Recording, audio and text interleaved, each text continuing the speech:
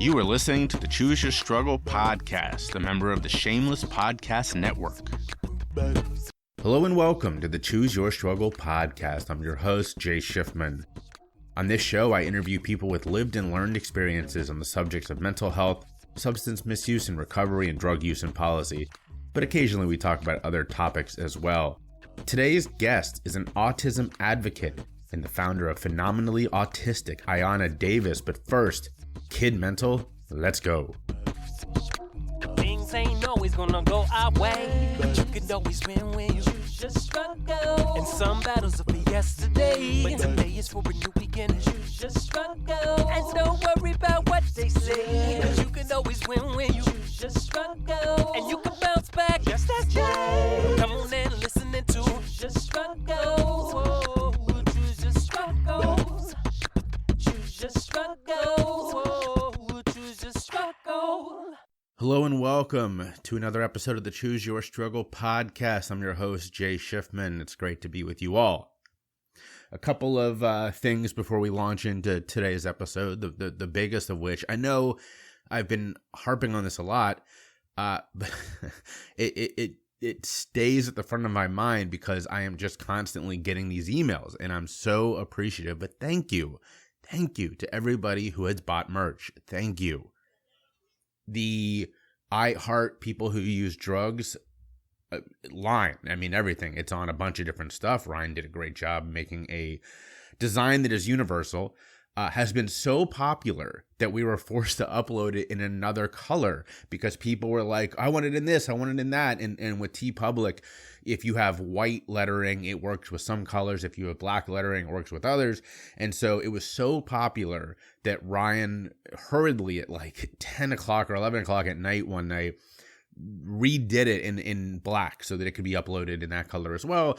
And it's been flying off shelves. If you follow me on Instagram, which you should, just search for Jay Schiffman or Choose Your Struggle, you will see me posting about this. Whenever anyone posts a picture of them wearing my merch and tags me, which obviously for Instagram reasons you have to do for me to share it, I will share it, and that's been a lot recently.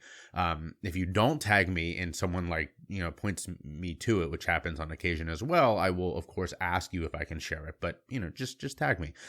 So check out the Instagram pics. If you are going to my Instagram, and I don't know what those folders are called under your name. My team is probably gonna be laughing at me, but I don't.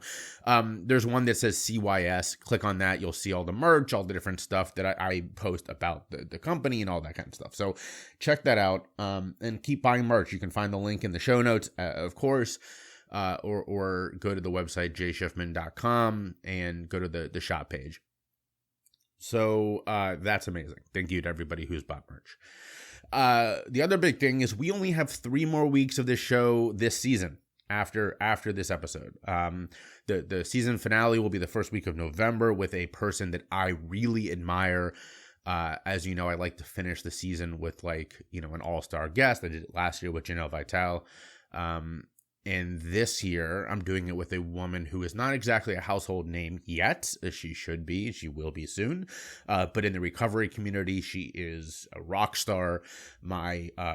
Specifically Ryan, I was saying my team, but really Ryan has worked very hard to get this guest.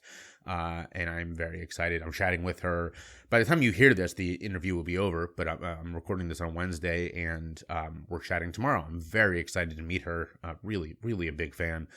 And her name is Nzinga Harrison, really fantastic host of In Recovery, a podcast that I love, a well-known, empathetic person in this space. So very excited for that. We also have 2 more episodes, 2 more interviews before hers drops. And with that, of course, comes a couple of Monday episodes. So with those, I'll talk about this more on Monday. This Monday is a bit of a clip show. Yes, like a sitcom that has run out of ideas, I am doing a bit of a clip show. Not really. It's more of a replay, but I'm laughing myself thinking of it as a clip show. The Monday after that will be sort of all that's coming up on with Choose Your Struggle, everything we're working on, everything that you can be excited about.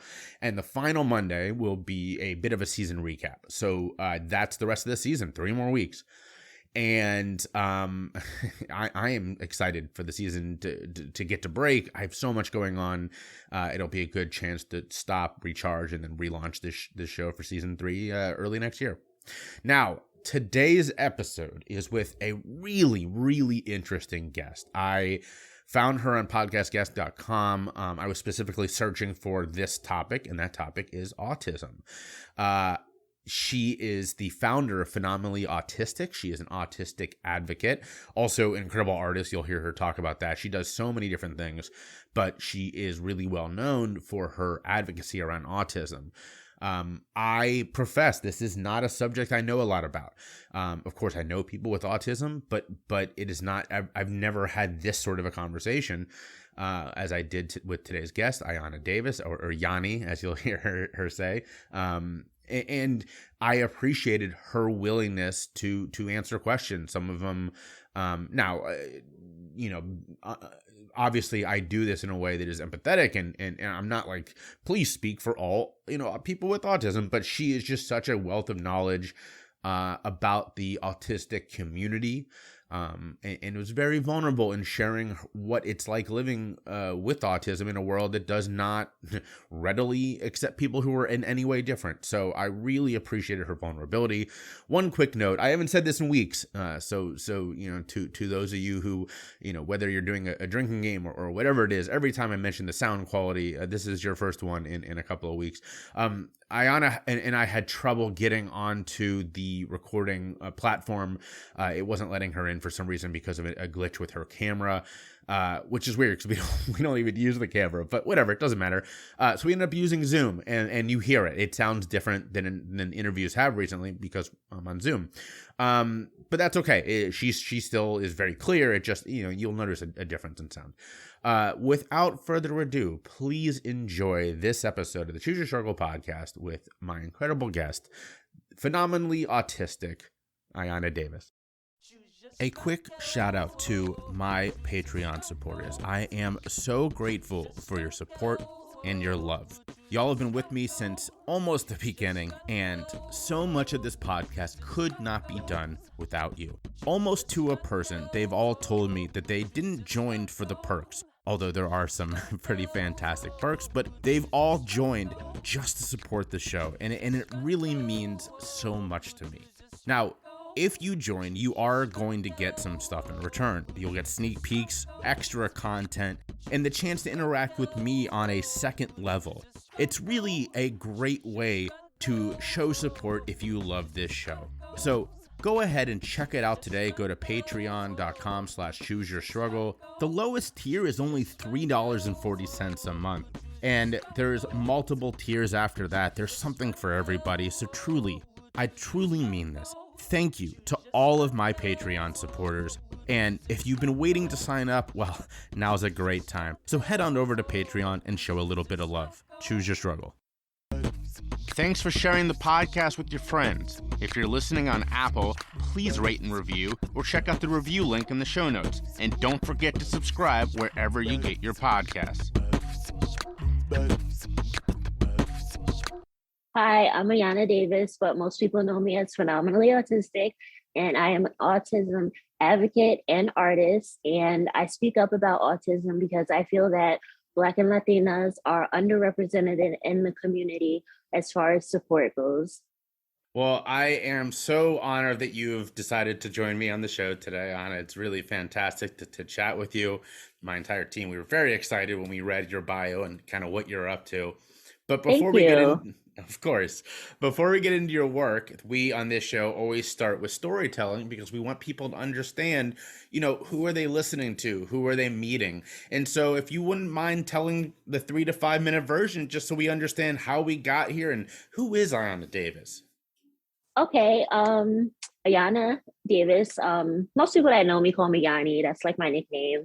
Like sometimes people be like Ayanna, and I won't answer them, and then they're like, "What the fuck is wrong with her?" And I'm just like, "Oh, I'm sorry. I'm used to people calling me Yanni." But so I'm Yanni, and I am an African American woman living with autism. I was late diagnosed. I was diagnosed as an adult. You know, I'm a full-blown millennial, and my whole life people were always like, what's wrong with her? What's wrong with her? I would sit in the corner and draw, and I wouldn't speak to people even when spoken to. And, you know, my parents, they were just like, leave her alone. She's a creative. There's nothing wrong with her. And I totally see how it went overlooked because I did draw a lot. And, you know, us artists, people are like, oh, they're just eccentric. So, you know, that was that. And I always had communication issues. That's very common with people with autism. So art was always my go-to. I started doing art shows when I was 7 years old. And then I did plays as a child. And I actually became a dance teacher at a very young age. Like I said, art was always my go-to. So I was always in some form of art. I worked with a theater company, and then eventually I kind of set the performing arts aside to get it back into my drawing. And that's when the book illustrations came in. You know, a few years ago, I had just like a really rough patch, and then I had got ill, and I was in the hospital, and I wasn't connecting with my doctors. And I know they were like, what the fuck is wrong with her? But, you know, they're not allowed to say that. And so they brought in like a mental health team to like evaluate me. And, you know, they just said, have you ever heard that you may be on the spectrum? And I said, yes. And they were like, all right, well, you know, this is what we're finding. And I'm going to get back to the yes part, because when I was in regular therapy, my therapist, he was white. You know, I'm not racist, but I think that he was, because he was like, it sounds like you're on the spectrum. And then he's like, okay, so what are you going to have for dinner tomorrow? And I'm like, well, what the fuck? You're saying I'm on the spectrum, but you're not going to do anything to help me? And I'm like, okay, so like really, like when white people are diagnosed, the fucking red carpet is rolled out for them. So, but that's not the story with Blacks and Latinas, because it's just like, you know, they just throw you your diagnosis and really then just throw you away. And that's kind of what happened. So then, you know, I just started doing my own research. And that's when I got online, joined some autism communities, and just started to like speak up for myself and the things I was feeling, how I feel about the way Black autistic people are treated. Our children are even diagnosed 3 years later than their white counterparts when they are diagnosed, if they're ever even given a diagnosis. So that brings us up to the current date. Well, thank you for that story. You know, I think the first thing I want to focus on that you put right front and center, which I love and I appreciate, is that when we talk about a lot of these subjects, as you know, my show is mental health, substance misuse and recovery, and drug use and policy, we sort of only focus on the initial stigma of that topic. But as you just so perfectly laid out, there are so many people who deal with a second or third or fourth level of stigma on some of these issues and topics because of just who they are. And you as a Black woman trying to deal with this topic that a lot of people either shy away from talking about when it comes to autism or just don't know how to talk about it at all, you have that second level of stigma. And I really appreciate you calling that out.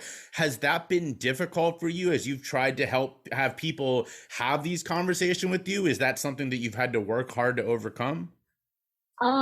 Like when I first got my diagnosis, I really didn't tell anybody. Like I told like my friends, which I don't have a lot of friends. With my communication issues, I just can't deal with any bullshit. And so I told my close friends, you know, they were like, well, that's fine, you know, but they admitted it. They were like, you know, we knew you were an artist and we know that artists are eccentric. But as far as like, you know, you get on social media and you post stuff, I really didn't say anything for like 5 years, like really say, you know, I'm autistic, because I always saw people like sharing memes and making jokes and like, look at this person must be autistic. And I'm just like, you know, that's kind of fucked up. So just like, I just think that one day I just, you know, I had enough courage to, you know, say, you know, I'm autistic. I'm not only autistic, I'm phenomenally fucking autistic. So it took a lot, and it was like a challenge because I always hid behind my art. And this was something that I can't hide behind. So having like the double stigmas, it is hard because even like with like my depression and anxiety that I've been through, I've had a few suicide attempts as well.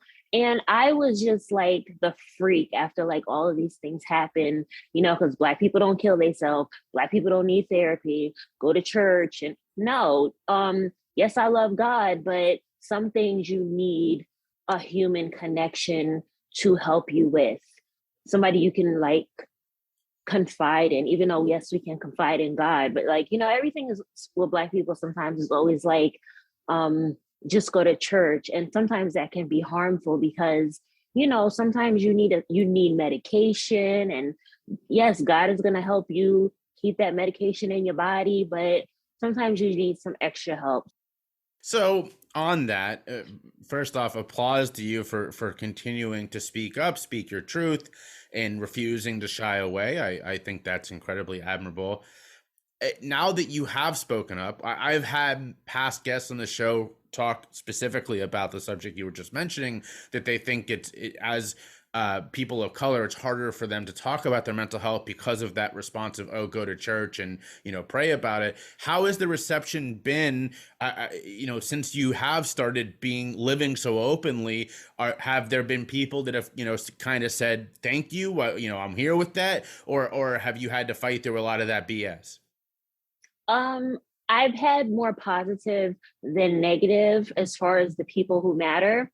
Of course, online you have the ignorant ass trolls, and they're like, oh, you know, they like to use the R word, retard. I fucking hate that word because honestly, like some people with autism have higher, people who are autistic have higher IQs than neurotypical people. So I'm like, you know, y'all calling us stupid and dumb and like retarded and everything, but what's your IQ? So I'm just like, but I always like will choose to look at the good more than look at the bad. So I've had a very positive response. I've spoken to some parents who say, you know, you give me hope for my child because you're out here living. So that's something that always warms my heart to hear because, you know, I was told at a very young age, you know, you're not going to amount to anything in life. You're not going to amount to much in life by like an authority figure, like a teacher figure. So when I hear people like that say that I give them hope for their children, I'm like, can we go find this bitch so she can just see how I'm living right now? But yeah, like, I'm always going to choose the positive over the negative. Sometimes it's hard to not like just curse somebody the fuck out, but I think it's easier for me to take the higher route and you know, just look at the bigger picture of what we're all dealing with here. I love that. Appreciate that so much.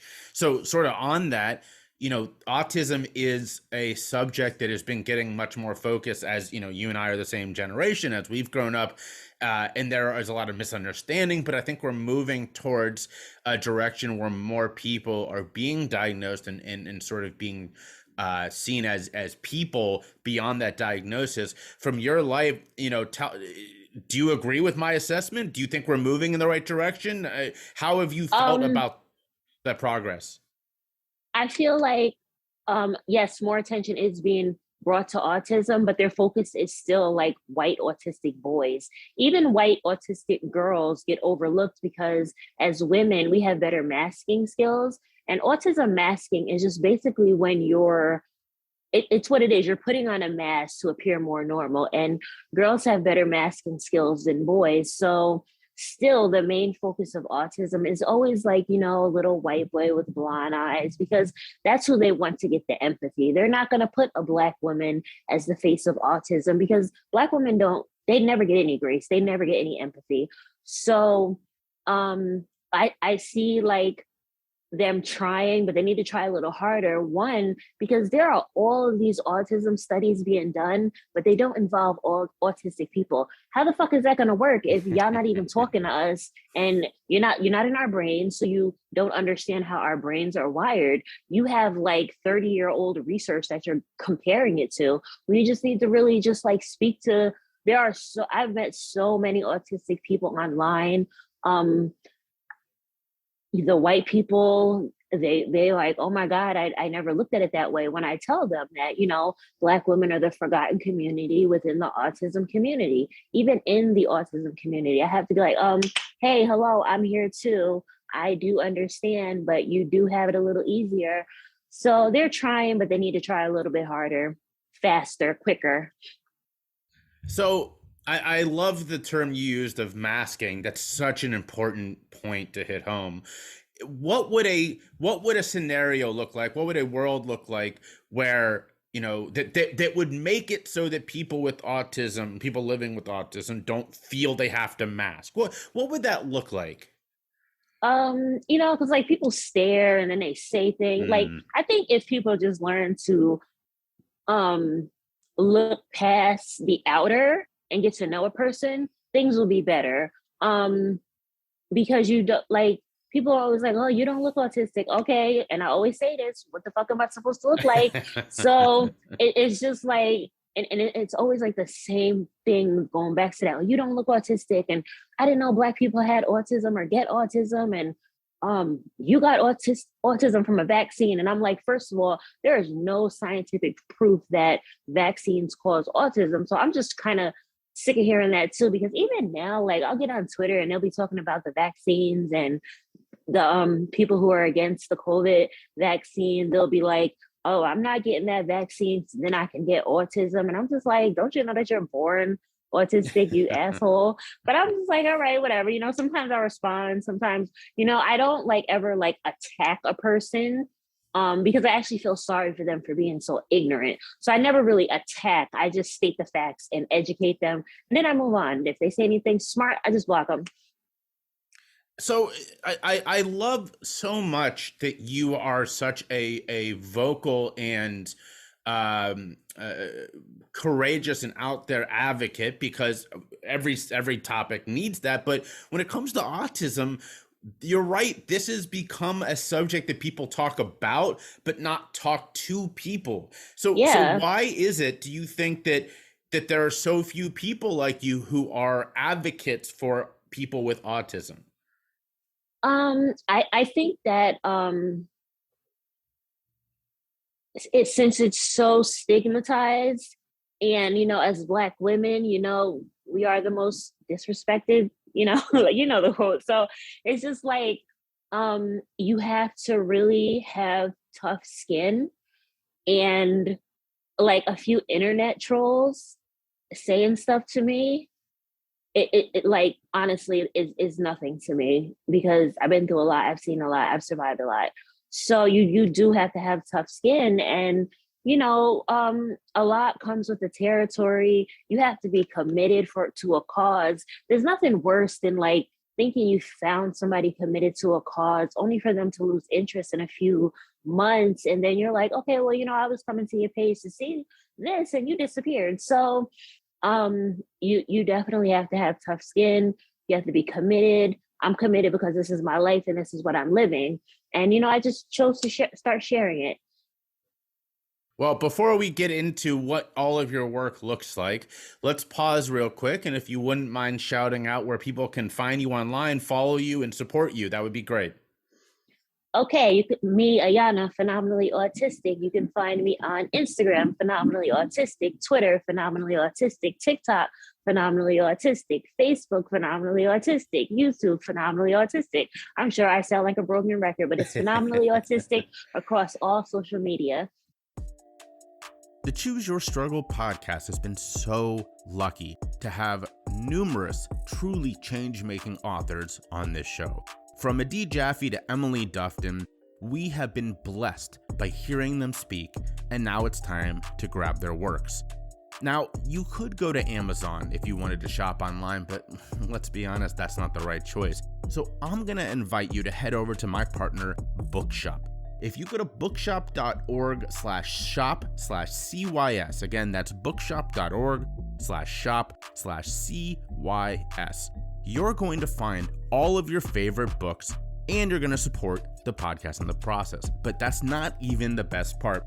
Bookshop has an incredible program that allows you to select your favorite mom and pop or neighborhood bookstore and they will give them some of the proceeds from your order. Now, living here in Philly, that's been a really hard choice because we have fantastic bookstores all over, but I selected Harriet's, which is a truly wonderful Black-owned bookstore in Northern Philly. I love it. My wife loves it. We go there as much as we can. Honestly, why would you go anywhere else? So again, go check out Bookshop at bookshop.org/shop/CYS. You're going to find the book you're looking for. You're going to support your neighborhood bookstore, and you're going to support the podcast in the process. So check it out today and go ahead and buy that book you've been waiting for.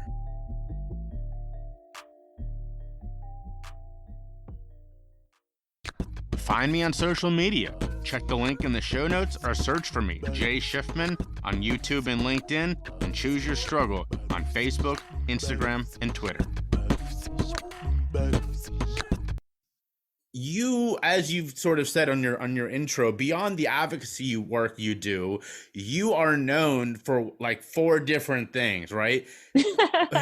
How did this get started? You know, I'm thinking specifically the illustration, and you know the listeners can't see it, what I can see right now, but the incredible design and all the incredible color that you have. Was this, I know you said you were an artist from a young age, but you know, a lot of people are artists at young age that don't find that success that you did. How did that all come about? Well, you know, I started doing art shows when I was 7 years old. I think it's just because like I do it from my heart, and it's really like my survival. Like I survive off art. That's where I thrive. That's where I most easily communicate. Like if I don't have the words, I know I can draw a picture. Like some days I may just not have the words because I'm mentally exhausted, but some days I may be having a nonverbal episode and physically not be able to speak. So, but I know I can sit my ass down and draw a picture. So it's always been my go-to. It's always been my survival.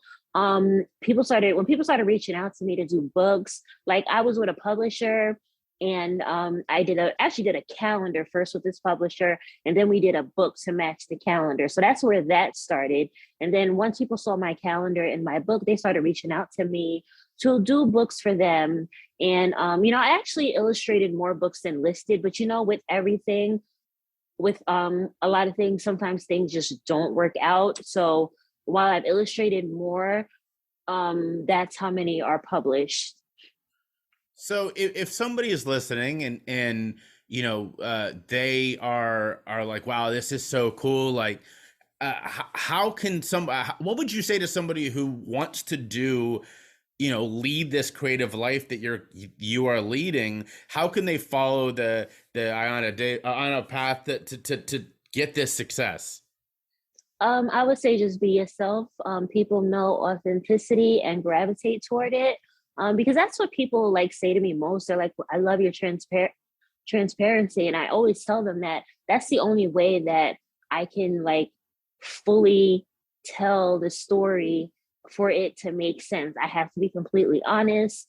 If I leave out details, the story won't make sense. So like for me, like that, like with my communication issues, and sometimes, you know, things don't always connect, just being completely fucking honest, it just works for me. That's great advice. So what's coming next? I mean, talk us through all the different projects you're working on right now. This year I'm actually going to be a part of a documentary about autistic adults, which is coming out in 2022.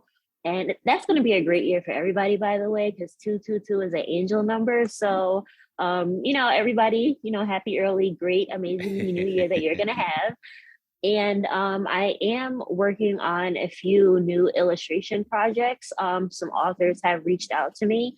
I know for sure I'm doing 2 of them, but there are a few that I'm still debating if I want to do them.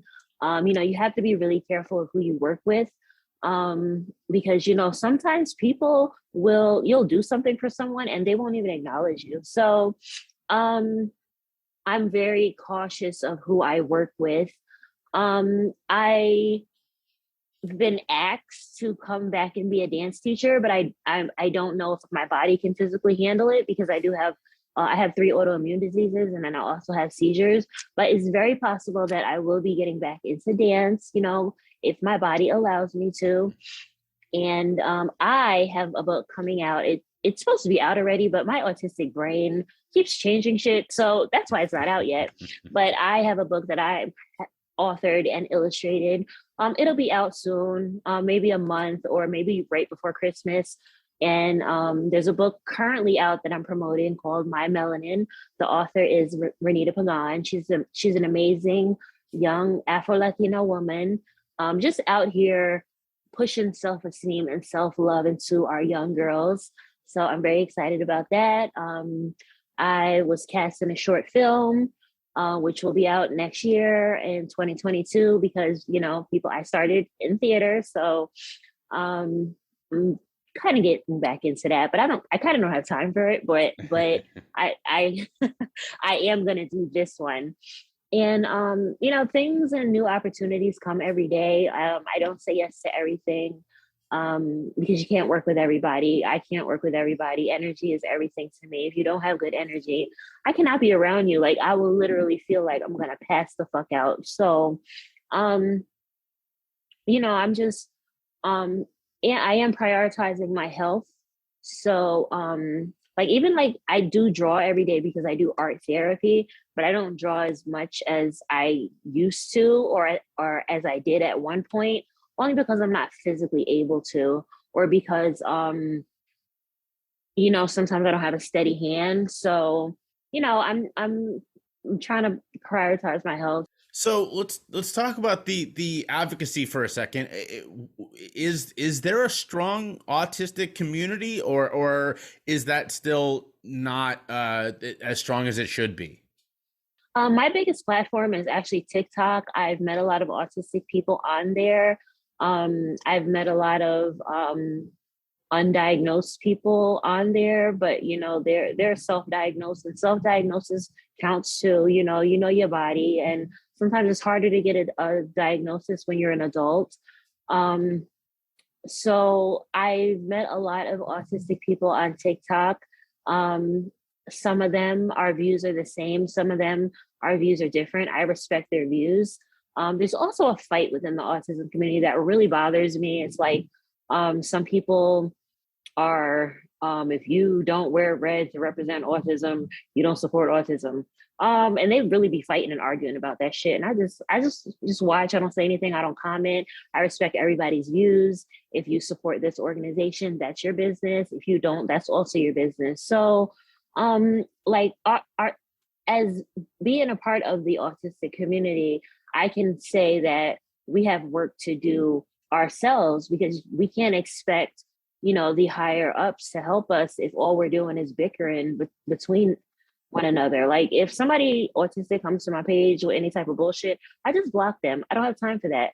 So there is actually a big autism community, because one of the reasons I feel a lot of autistic people are on social media is because sometimes we can't handle the demands of actually physically being around other people. It's just easier to look into our phone, and you can always check out or log out. Like, I mean, you can, but it's rude to just get up and walk away from somebody at dinner.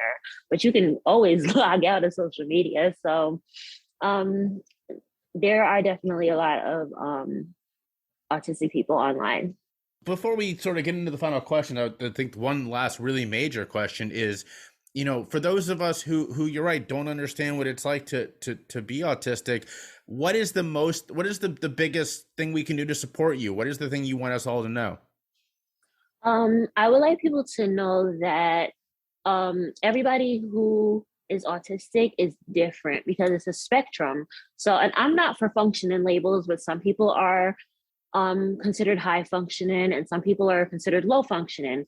And this is why I don't fucking like functioning levels. Imagine somebody calling you low functioning. Like, how do you think that makes somebody feel? Like, somebody may be nonverbal, but that doesn't mean that they're unaware. They know you're calling them low functioning. They know you. They think that they're dumb, and so I don't like functioning labels. Another, like, and being labeled high functioning is kind of dangerous, because it can make you miss out on therapies and services that you might need. You can call somebody high functioning, but you don't know what struggle they had to go through just to complete a simple task. Like me, I have struggles on a daily basis. I don't complain. I do my best to push through, but everything I can't complete. I can't do it. Well, thank you for all of that. I really appreciate your vulnerability and your honesty. And before we get into the final questions, if you wouldn't mind one more time shouting out where people can find you online, where they can follow you and support you.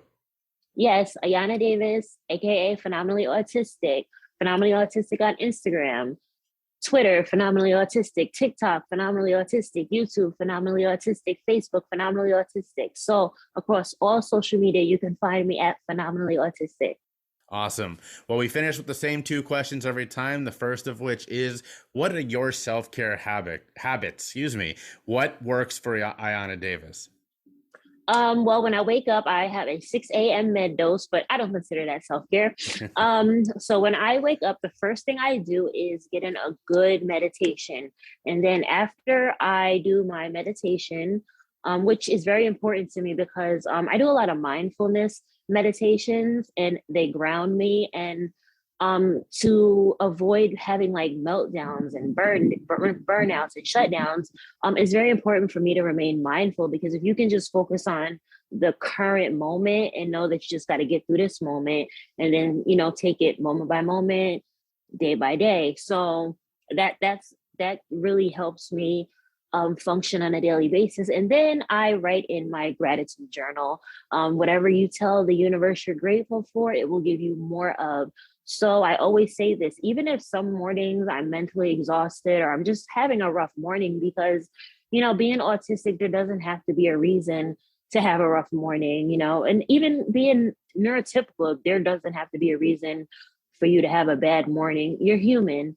But I found that writing in my gratitude journal, even if it's just thank you for waking me up, that helps a lot. And I always emphasize the thank you for waking me up, because I've survived over 300 seizures, and some people have one and they do not survive. So I do not feel that I don't have the right to be ungrateful. So gratitude is, I'm big on gratitude. I love that so much. I also am, and I just think that was such a great message. Thank you for that. You're welcome. That we always finish with the same question. That is, we've now spent the last about 40 minutes hearing why you're amazing. We should all be following your work. But this is your chance to shout out some other people that have had an impact on you. What should we be reading, listening to, watching, whatever you want? Okay. What am I reading right now? I'm reading, okay, well, I'll do books because I'm doing a lot of reading right now. I'm reading Feeding the Soul by Tabitha Brown. I'm reading Do You Got Anything Stronger by Gabrielle Union. And I'm reading Tarana Burke's new book, which I'm just having like a little brain fog. I can't remember the name of it, but she's the founder of the Me Too movement. And I'm reading that. And I like to read books of people who have gone through some of the same things in life as me, the challenges as me, not even autistic, but just, Black women struggles or women struggles and things that people do in life. So those are the books that I'm reading. But there are a lot of people who, you look to different people for different things. I don't know if that makes sense. So, and like people think that like I'm really social and like I talk to a lot of people, but I really don't talk to a lot of people. Like I always try to say thank you like online and comments and stuff like that. But it's rare that I reach out first because, human interaction is kind of scary sometimes. But yeah, those are the books that I'm reading right now. Beautifully done. I'm going to have to check all those out. Yanni, thank you so much. This has been absolutely wonderful. Thank you. Hey y'all, it's me, your host. I'm sorry to interrupt what I'm sure is a fantastic episode of the podcast, but I have to give a quick shout out to my partner, Roadrunner CBD. They have been working with me for a while now, and I just love their products. They have everything from tinctures to muscle gels, and all of them are fantastic.